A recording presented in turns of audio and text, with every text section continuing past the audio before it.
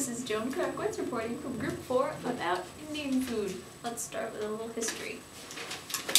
Here we have 7000 BC. Around this time, staples in the diet included wheat, rice, lentils, cows, sheep, and pigs. Rice and chicken probably came from Thailand, and wheat and sheep probably from West Asia. So, as you can see, there was already a lot of interaction with other cultures involved in Indians' diets.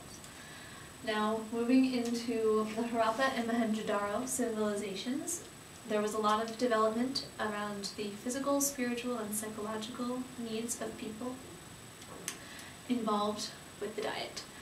So, moving into the Vedic period, we have the Mauryans in around 330 BC, and around this time, there was a lot of influence from Hindu culture in the diet.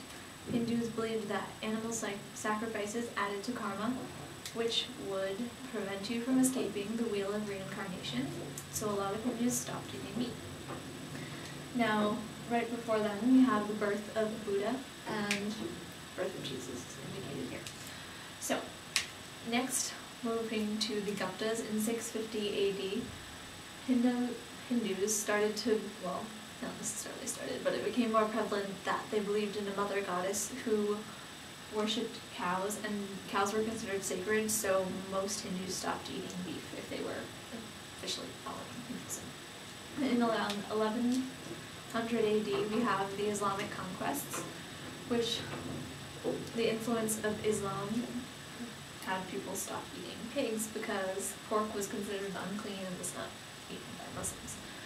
So, by about this time period, most of the Indian population was probably vegetarianism because of the Islamic law that you couldn't eat pork, and the Hindu practice of ahimsa or non-violence was very prevalent during the culture then. Buddhism and Jainism as well were non-violent religions that didn't appreciate meat eating. So, as you can see, the progression of vegetarianism is very closely associated with the progression of religious influence in Indian culture.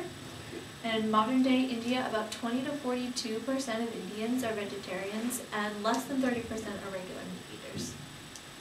So now, some other cultural implications upon the Indians' diet associated with religion were that Hindus' meals, for them, were mainly an individual sort of deal. They didn't really do the whole communal eating thing. It was a very personal experience.